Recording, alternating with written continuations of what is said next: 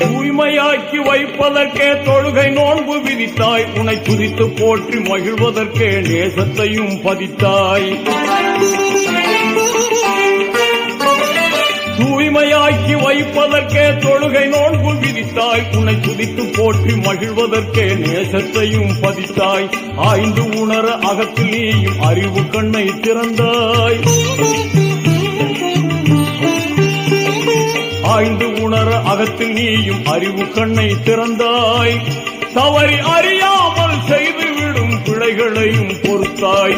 யா அல்லாஹ் யா அல்லாஹ் சுப்ஹானல்லாஹ் யா அல்லாஹ் யா அல்லாஹ் சுப்ஹானல்லாஹ்.